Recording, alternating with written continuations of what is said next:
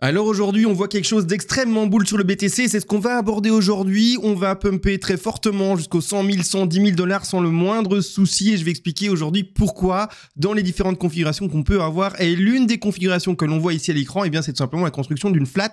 Et vous allez voir que la construction de cette dernière, eh bien, se fait très bien depuis, le tout début, en fait, parce qu'on partait, regardez bien, avec des screens, par exemple, ici, le 16 novembre 2024, avec effectivement le rebond, là, on est sur une time frame plus grande, je suis en horaire, mais le rebond pour aller chercher la baie, et maintenant on y est. On est à ce niveau-là, vous voyez ce petit rectangle rouge, eh bien ça va être ici, eh bien ce qui est vu ici, le rectangle rouge, eh bien qui se resitue ici. On est dedans, pile dedans, dans la résistance, et donc on va s'attendre à quoi maintenant? Ben normalement à une chute du BTC, mais rien de grave, pour tomber dans les zones d'achat bien entendu, et puis par après, continuer à pumper, et aller revoir, eh bien tout simplement les autres zones de vente. Donc là maintenant on est parfaitement sur la résistance, le plan se tient à la perfection, on continue à descendre ici, donc j'ai montré le plan ici du 14, du 16, on continue à pumper. Ensuite ici, tout dernièrement, on voyait le 18 également, la construction plus précise en horaire des différentes vagues. On a pumpé, on a dumpé, on a pumpé, on a dumpé, on est en train de repumper, de refaire le nouvel ATH et aller chercher le top ici actuellement. Aux alentours de quoi là à droite, je vois pas bien, mais des 94, 95, 94, excusez-moi pour les Belges et les Suisses, mais les 84, 95 000 dollars plus précisément. Et on y est, on est là, d'accord? Donc dans les 84, 95 000 dollars et tout se construit parfaitement. La 1, 2, 3, 4, 5 que l'on voit en framboise qui sont déjà installés ici. Tout simplement 1, 2, 3, 4, 5. Le plan parfait. C'est vraiment un métronome. Le truc, c'est une partition de musique. C'est juste nickel. Mais pourquoi est-ce que c'est méga boule de la mort qui tue? Mais premièrement, tout ce qui est flat en running et des choses comme ça, ou flat même en continu, mais ça c'est plus rare encore. C'est des flats qui sont vraiment extraordinaires. J'en ai connu une dans ma vie de flat en continu. C'était pendant le crash juste avant le Covid. C'est-à-dire quand on était aux alentours de, je sais plus combien, 12 000 dollars ou 9 000 dollars et qu'on est redescendu de nouveau aux 3 400 dollars, quelque chose comme ça, 4 000, 3 400 dollars, je sais plus trop les chiffres à ce moment-là, mais c'était vers 2019 et on allait vers 2020. Bref, le second bottom finalement qu'on avait connu dans ces années-là. Et en fait, juste déjà une flat en running, c'est extraordinaire. Qu'est-ce que ça veut dire? Juste avec des mots très simples. Ben, en fait, les corrections, normalement, quand en fait un cours est censé descendre et donc corriger en fait la tendance qu'il a initiée. Donc ici c'est quoi la tendance initiée? C'est quelque chose par exemple de haussier et puis tout d'un coup il va y avoir une correction. Ça arrive toujours, ça monte jamais qu'avec des bougies vertes, il y a toujours des zones de vente. Mais même la zone de vente, elle est haussière. Donc toute la zone de vente c'est tout ça. Voyez, mais cette zone de vente, en fait, elle fait quand même des ATH, elle fait quand même des souffles vers le haut, elle fait quand même des bougies vertes plus fortes que les bougies rouges qu'elle a fait cumuler. Donc c'est-à-dire que quelque chose de normal qui baisse, ça fait ça. Eh ben non, là, le souffle aussi, il est tellement fort que quelque chose qui baisse, ça fait ça. D'accord? Et là, la première vague, et là, ensuite, la vague qui reprendra. Donc ici, la première vague, le truc que je viens de vous exprimer avec à droite, et puis la vague qui va monter. Donc c'est ça, en fait, qu'on est en train de connaître. C'est un souffle haussier tellement fort que même la correction, elle monte. C'est très bizarre, mais c'est comme ça. Il y a des trucs encore plus violents dans la hausse, c'est les flats en continu. Mais je vous dis, ça, c'est par contre beaucoup plus rare. Peut-être qu'on l'abordera d'ailleurs pendant ce bull run, mais vers la fin. Vous voyez, quand en fait, c'est du vert, et on gagne 1000% par jour. Peut-être pas, j'exagère, mais pourquoi pas, hein, touchons du bois et rêvons un peu. Mais malgré tout, c'est ça qu'on est en train de connaître. Et également, là-dessus, du coup, qu'est-ce que moi je m'attends? Enfin, à quoi je m'attends? Je m'attends à une résistance maintenant, d'accord? Ça fait un moment que ce rectangle rouge, il est identifié, posé.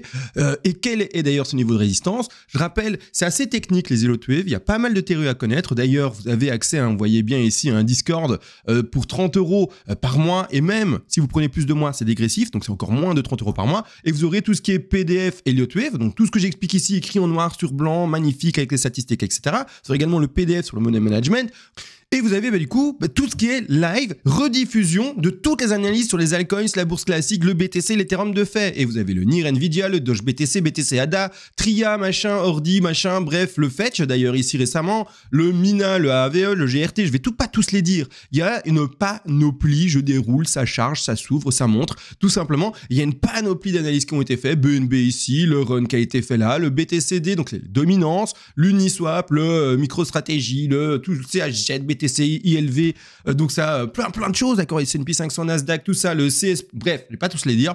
Et vous avez bien sûr, tout simplement le Discord, où on est ensemble, où on échange, où on est sympa, où je partage mes plans, où on discute, etc. Tous les masters, c'est-à-dire les abonnements à vie, tous les membres, etc. aussi. Bref, on se retrouve là-dessus et on discute et on se fait bien sûr plaisir. Donc rejoignez-nous, ça fait bien sûr grossir la communauté, ça aide la chaîne et ça vous permettra à vous, bien sûr, d'apprendre plus vite. Mais malgré tout, ce que je disais, c'est que c'est vrai, les Elo to Wave, c'est assez technique, donc venez pour apprendre si vous voulez. voulez. Mais qu'est-ce que je veux dire? C'est que maintenant, je vais ouvrir du coup un outil technique. L'outil technique, c'est le Fibonacci de retracement. Alors, je vais là-bas en bas de ma A, et je vais au top de en tout cas à ma racine. Donc, l'ancien top, mais en tout cas ma racine du mouvement de flat en running.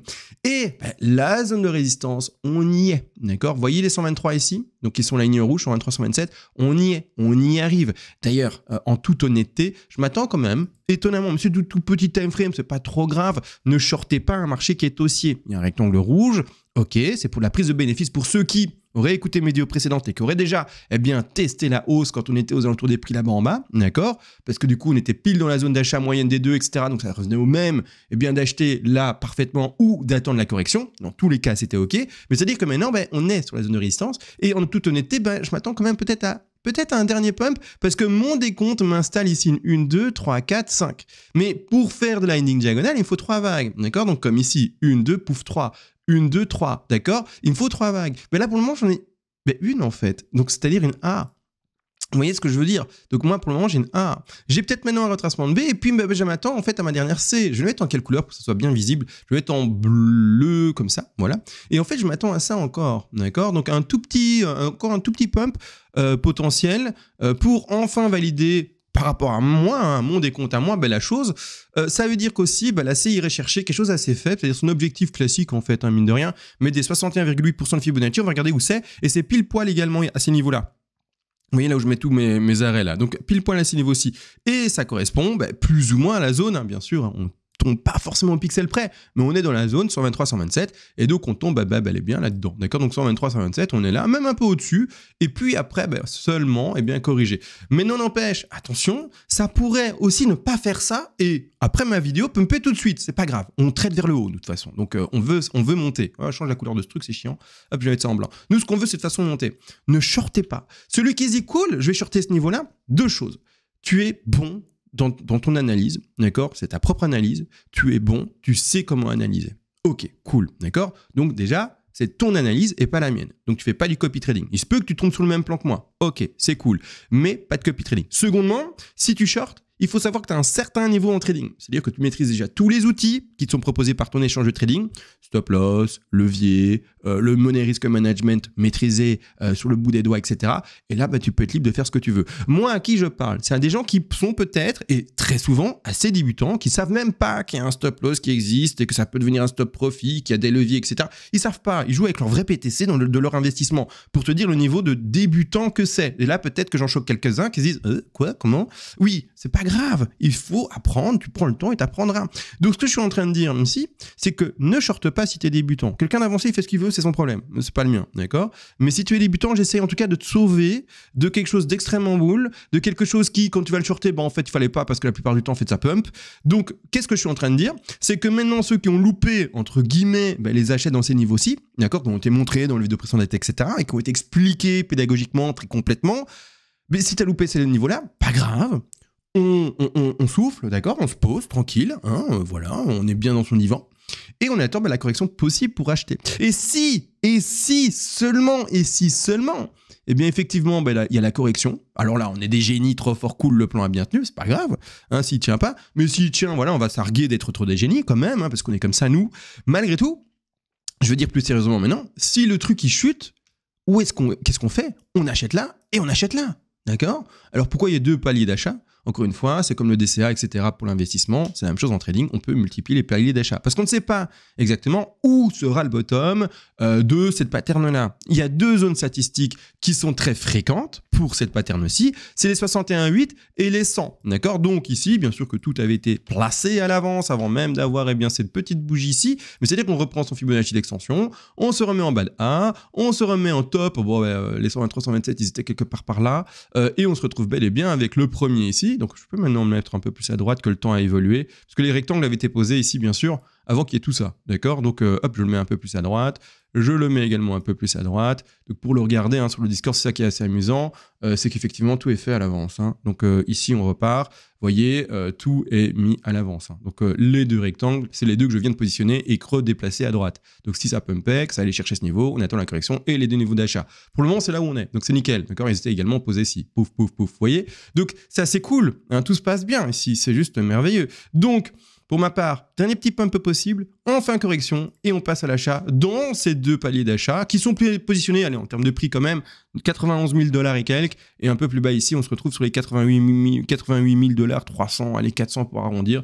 Et là, ben, on peut enfin terminer notre C et dire que let's go, on y va, on achète et après, on va aller chercher les TP principaux. Je précise aussi pour ceux qui sont déjà passés à l'achat dans ces niveaux-ci sans pour autant attendre, vous vous rappelez, hein, quand j'expliquais ça, la pattern complète. Parce que quand on est à ce niveau-ci, ben, autant acheter finalement. Parce que ben, soit on est dans la pattern, mais si la pattern ne se fait pas forcément et que ça pump tout de suite, ça revenait au même d'acheter ce niveau. Mon aimant qui me gêne. Ici, attends, et reprends ma plume. Ça revenait au même quand on était à ces prix-là, bah, d'acheter ce niveau-là, moyen, à 100%. Ça veut dire qu'on aurait eu ce niveau-ci et ce niveau-ci si on attendait et que ça corrigeait. Mais par contre, si ça pump tout de suite, bah, finalement, mince, dommage, ça redescend pas là, mais tant mieux. On a acheté quand même le prix moyen et ça pump. Donc, dans tous les cas, c'était un bon move de déjà acheter et de pas forcément attendre la correction et donc la pattern qui se fait. Mais donc, là maintenant, donc ceux qui sont déjà rentrés dans le trade et qui ont acheté bah, ce prix moyen des alentours des 90 400, mais où est-ce qu'on est là? On est là où on a placé le premier TP de sécurité. Donc là, maintenant, il est bon de prendre le mini-bénéfice que je vous expliquais pour, bien sûr, optimiser votre risque-reward et de diminuer votre risque et donc votre exposition par rapport au stop-loss de manière artificielle sans pour autant déplacer votre stop-loss vers le haut. Quand vous prenez un petit bénéfice, bah, ça diminue la perte qu'il y a si jamais le cours devait aller chercher votre stop-loss et c'est comme si, bah, de manière pas superficielle, de manière, bref, j'arrive pas à le dire, je trouve pas, mais de manière artificielle, c'est ça que je cherchais comme mot, artificiel, vous l'auriez déplacé vers le haut, d'accord? Alors très peu, mais l'objectif c'est de chaque fois essayer d'avoir tout le temps les plus petites pertes, d'accord? Et de toujours les diminuer un maximum, même si elles sont déjà petites, et de diminuer, et au contraire, quand on ferait des bénéfices, eh bien toujours essayer de faire que le bénéfice soit toujours plus grand, plus fort, d'accord? Donc n'allez pas dans le mauvais sens, je répète. Les pertes doivent être les plus courtes, les plus petites, et les gains doivent être les plus longs et les plus forts, d'accord? Et quand je dis long, c'est d'essayer de tenir en fait son trade le plus longtemps possible. Et quand je dis fort, c'est de faire le gain et donc le facteur multiplicateur, si vous voulez, le pourcentage gagné, eh bien le plus gros possible. Il ne faut pas se tromper de sens, d'accord? Donc ici, tous les TP qui ont été placés, et on va choper tout ce qu'on peut jusqu'aux alentours des 145 000 $. Je rappelle quand même que pour ma part, j'ai une prédilection pour 2 TP. Alors vous n'êtes pas obligé, d'accord? Vous voyez ici les TP, hein, donc zone d'achat ici, stop loss positionné là-bas en dessous, premier TP de sécu, 1, 2, 3, 4, d'accord? Vous n'êtes pas obligé, bien sûr, de prendre des TP, donc des take profit partiel, des prises de bénéfices, hein, d'accord, étalées, hein, vous voyez, c'est ça, de manière 25%, 25%, 25% et 25%. Non, vous pouvez, par exemple, vous dire, comme moi, ben moi, je crois plutôt, eh bien, à des objectifs qui recherchés pour cette vague rose ici, et donc pour ce trade-ci, ben, le premier et le deuxième. Les autres, ils sont théoriquement existants, mais j'y crois moins. Alors, pour certaines raisons que j'ai expliquées, etc., dans mes vidéos précédentes, mais je vais pas revenir dessus forcément, sinon on va faire une vidéo de nouveau 30 minutes. Comme j'ai fait les dernières fois, mais voilà, moi j'ai mes raisons de me dire que technique, hein, c'est du technique, hein, mais je vais peut-être pas tout énoncer maintenant, ça va être trop long sinon. Mais donc j'ai mes raisons de me dire qu'on va trouver plutôt un frein vers les 100 000 et les 110 000 pour cette vague. Quelle couleur là? Framboise. On peut aller plus haut. Mais donc par exemple, je vais prendre un 10% très léger maintenant pour mon TP de sécu, puis mon TP1 majeur, là je vais prendre, je vais dire, je sais pas moi, allez, on va dire 40%, mon TP numéro 2 majeur, je vais reprendre 40%, et puis bah, du coup, hein, ouais, j'ai dit 10, ouais, je suis déjà à 90 de vente, et puis bah, je laisse 5%, ouais non ça va pas aller, je reprends l'exemple, 10%, ouais ça sera mieux, 30%, on est à 70% de vente déjà, laissez 10% de vente encore ici, de nouveau 10%, et là vous allez dire, c'est t'es pas à 100%, t'es vraiment pas bon en calcul. Et là, je vous ai eu. Pourquoi? Mais parce qu'en fait, je vous l'ai dit, je veux tenir ce trade le plus longtemps possible et le plus fort possible. Je veux que le facteur soit le plus grand. Mon bénéfice, je veux qu'il traîne, qu'il aille loin. Donc, en laissant même du coup 10% parce que j'ai vendu 10, 30, 30, 10, 10, il reste 10, d'accord? J'ai vendu que 90% si j'ai bien fait mon calcul. Ben à ce moment-là, c'est ça, hein, 10, 30, 70, 70 plus 1, ouais, c'est ça. Du coup, à ce moment-là, mais si le BTC disait, ben moi, je pump tout ça, et je pump encore tout ça, hein, tu n'étais pas prêt, hein? Mais si, parce que ben là, mon stop loss qui est là, ben il reste pas un stop loss indéfiniment. Il y a un moment, quand le truc il pump, ben on déplace ce stop loss sous les niveaux de support qui sont pour nous, parce que le cours il va dessiner à un moment des vagues, d'accord? Il fait toujours la même chose. Il monte jamais, en fait, tout droit, il monte comme un serpent, comme une danseuse. En fait, il fait des zigouzi, d'accord? Il va, je monte, je descends, mais je monte de manière générale plus forte quand même, hein, heureusement. Comme on est dans un bull run. Mais donc, il va vous dessiner des trucs comme ça. D'accord? Bloup-plip, bloup-plip, bloup-plip, bloup-plip, bloup-plip. C'est un peu relou. Mais voilà, il va faire des trucs comme ça. Et donc, votre stop loss, à un moment, vous allez dire, ben, moi, je vais, maintenant qu'on a bien pumpé, etc., hein, eh bien, déplacer ce stop loss en stop profit. Une fois qu'il est au-dessus de votre point d'achat, mais il n'arrête plus une perte, donc il n'arrête plus le loss, mais il arrête le profit potentiel. C'est le dernier ordre de vente, ça. Et à ce moment-là, ben, vous allez le déplacer, quand il pump, etc., sous chaque niveau de support qui vous semblera important. Et quand le BTC dira, c'est fini, moi, maintenant, j'arrête de pumper. Non, je vais mieux faire mon exemple, parce que du coup, c'est pas chouette. Voilà, on va jusque-là. Et puis, à un moment, mais du coup, vous avez vu, vous avez encore monté votre dernier ordre de vente au-dessus du dernier TP qui avait été positionné théoriquement, d'accord? Et le Bitcoin, hein, je fais exprès de le dire comme ça, mais le BTC, à un moment, ben, il va dire, bah non, en fait, j'arrête de monter, et ben, je repars sur une vraie correction. Boum, sortie de trade complète ici avec les 10 derniers pourcents. Et vous avez fait traîner un peu plus, dans l'exemple que je donne ici, le bénéfice, mais ça peut aussi, peut-être, hein, partir en un pump complètement abruti, complètement fou, et continuer plus fort, vraiment plus fort, et puis bah, vous faire poser un dernier ordre, et donc le dernier ordre de sortie, de vente, qui est le stop profit à ce niveau-là. Mais vous voyez, il a été positionné vraiment beaucoup plus haut. Alors là, je montre des situations théoriques, pratiques, voilà, pour la pédagogie. Mais on ne sait pas si ça va pumper à 200 000 d'un coup sec, ou si ça va freiner à 140 000, ou si ça va freiner avant ou après. Bref, c'est juste pour comprendre l'optimisation du bénéfice, au contraire, bien sûr, de l'optimisation de la perte, où là, on ne déplace pas le stop loss vers le bas, on n'augmente pas son risque par rapport au reward, on ne change pas cela, on garde un RR défini avec une perte définie et on ne change pas ça. Alors que le bénéfice, lui, on le laisse courir le plus longtemps et le plus fort possible. Donc ici, moi, je vous ai expliqué légèrement quand même à la fin comment se positionner. Personnellement, voilà, moi je crois plutôt à ces deux objectifs-là, mais on s'en fout, hein, finalement, faites ce que vous voulez. Encore une fois, pas de copie à trading. En dézoomant légèrement, ici, Melon Daily, regardons un peu le plan. Oui, je rappelle, donc là je fais mes petites vagues framboises, toutes jolies. Hein. Je finirai dans pas longtemps avec vous du coup mes vagues en framboise et on commencera les vagues orange. D'accord? Je suis en time frame daily. Il y a un moment où on finira ensemble les vagues oranges, d'accord? Donc c'est vraiment un chemin à suivre. Bon, mais quand on aura fini les vagues oranges, on aura fini un tout grand degré ici en jaune. Il est tout grand, d'accord? Mais le bull run n'est pas fini. On commettra une 2, et puis après, on y va. Et là, en fait, vous voyez, quand on dit que c'est parabolique et que ça n'a plus de sens, ça n'aura plus de sens. En gros, là, ça pump déjà très fort. On se prend quasiment du 10%, pas tous les jours, mais assez facilement en tout cas. Aujourd'hui, je ne sais pas à combien de pourcents on est, quoique aujourd'hui c'est assez léger, c'est 2%, mais je crois qu'on est monté à 3-4%. Mais bref, on prend quand même de belles perfs dans les dents, assez facilement. Mais quand on aura vraiment commencé le bull market de manière très très franche, ça sera plus timide, hein, comme on le connaît entre guillemets maintenant. Vous voyez bien la différence d'inclinaison de mes vagues. Ma ici une, elle est assez, je sais pas, je lui donne combien là, 35-45 degrés d'inclinaison plus ou moins, d'accord? Mais la 3, elle est quasiment à, je sais pas, moi 90 c'est tout droit, mais elle est, je dirais, elle est à 75%. Et ma dernière 5, là, elle est quoi, à 85% d'inclinaison. C'est pour faire comprendre l'accélération de la parabole. On est au début de la parabole. D'accord? On est au début de la parabole. La parabole à laquelle, par exemple, je veux la comparer, c'est par exemple celle-ci. Mais surtout, la plus parlante, c'est celle qu'on a connue de 2016 à fin 2017, début 2018. C'est ça. Hein, vous voyez, donc, c'est ça que je suis en train d'exprimer. C'est ce genre de parabole, d'accord? Et je pars là-dedans, dans une parabole folle, d'accord? Alors, jusqu'où ça va aller, encore une fois, là, on verra. C'est le BTC qui nous le dira réellement, mais un petit 200, 300, 400, c'est vraiment pas déconnant. Maintenant, à voir si le BTC voudra donner plus d'intensité haussière.